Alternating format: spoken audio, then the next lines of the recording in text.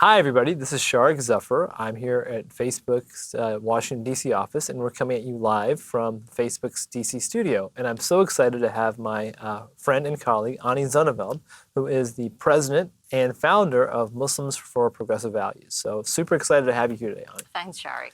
So I have a lot of questions for you, but let's start from the beginning. Yeah. Tell us about MPV. Why did you start it? What's its purpose? Well, after 9/11, as you know, it really affected a lot of Muslims, and it really moved us to reflect on what really is Islam and how do we identify ourselves as American Muslims. And what we discovered, there were a lot of progressive American Muslims that was not reflected in government and the representation that was being had in public. And so we needed to we needed an progressive American Muslim identification. And so we started mobilizing, and in 2007, that's when Muslims for Progressive Values was founded. And I was voted to be the director or president in the state of California. And so I've been running it since. Okay, so this term progressive, I think I have a sense of what that means, but for our viewers, how do you define progressive? We believe that Islam is inherently progressive, meaning rooted in Islam that's rooted in human rights. You can't really have Islam as a religion of peace if there is no justice within the way we practice our religion. And so we're going back to the roots of it. We're going back to the egalitarian values of Islam, the justice, the human rights, social justice issues. That was really was the reason why Islam was revealed in the first place, because of the tribalism and the also human rights abuses during that time. So okay, so that's sort of the history. Yeah. What's going on now? Like, what's the what's the need for this organization now? Muslims for Progressive Values. I mean, so basically, it's Muslims who adhere to Islamic traditions, but from a progressive interpretation of Islam, a liberation theology, an Islam that is bigger than this box that we're expected to fit in, right? I mean, there are a lot of human rights issues in the Muslim world, and we just want to take it back to changing the culture of the way Islam is being practiced to one that is rooted in human rights. So when you talk about human rights, I'm a lawyer. You know, I know you've been in the space for a while. What are some specific human rights issues that you've been addressing?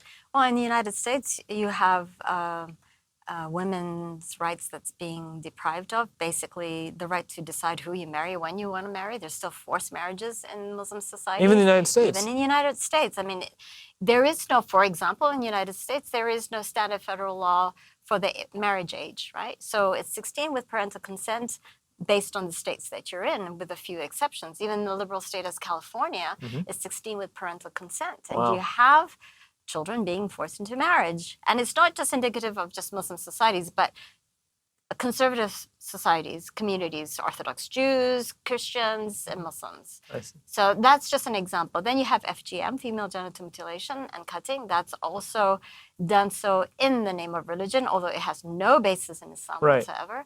And these are just some of the examples. Now, LGBT does rights. That happen? I mean, but like, I thought FGM happens in the United States, because I thought about something in other parts of the world, but it happens here. Yes, absolutely.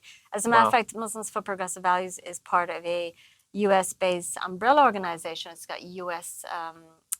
Organizations to end FGM, and we used to have a federal law banning FGM, but that just got thrown out in December last year. Yeah, so we're going back to square one. I understand you work here in the United States on a number of domestic issues, but you work internationally as well. I understand you were just in Geneva? Yes.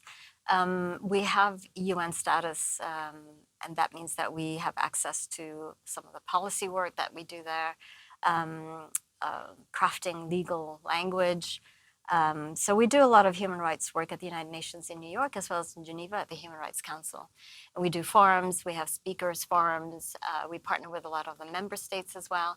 So in Geneva, we had a panel, and it was called Pre-Colonial Attitudes towards Gender and Sexuality. Wow, that's a mouthful. Yes, from the perspective of Muslim, Hindu, and indigenous communities. Sure, and so we had those from South Africa and the Maori from New Zealand. We had French Algerian Islam scholar, and we had a woman from Nepal talking about Hinduism. And so basically what I did was basically I called the ex-colonial countries, the Dutch, the Portuguese, Right. the Spaniards, the British, and asked them to reassess their homophobic laws that they implemented while they were colonizers. Right, because there's like anti-sodomy laws that are still on the books in some of these countries that aren't. They're from like common law tradition, right? And the thing about it is that when we advocate for LGBT rights, for example, a lot of the conservative countries' government representatives, ambassadors will come to me and says, you're just propagating an American agenda. I say, hang on. I said, did you have criminalization of homosexuality before colonization?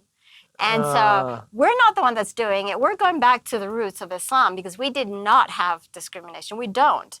And you're the one that's propagating the Western, albeit puritanical, Christianity. And so that's how I push the envelope. That's really interesting. Yeah. Well, so it seems like you're doing a lot of work here in the United States, overseas. If people want to learn more about you, I mean, I know you're on Facebook. Yes, big time. We would not have grown globally if it wasn't for social media, and particularly Facebook. Yeah. Well, that's something we love to hear. I mean, I think part of the reason that this platform exists is to help a diversity of organizations with a diversity of viewpoints reach out to users and connect. And so I'm glad you've been able to use that. But if people wanted to learn more, how could they find you? On Facebook, it's Muslims for Progressive Values at MPV USA, and it's also mpvusa.org for our website and also for Instagram. Well, look, Ani, I can't thank you enough for coming here. It's Muslims for Progressive Values. You should definitely check them out. They clearly are doing a lot of really interesting work, and it was such a pleasure to have you here today. Thank you. Thank you.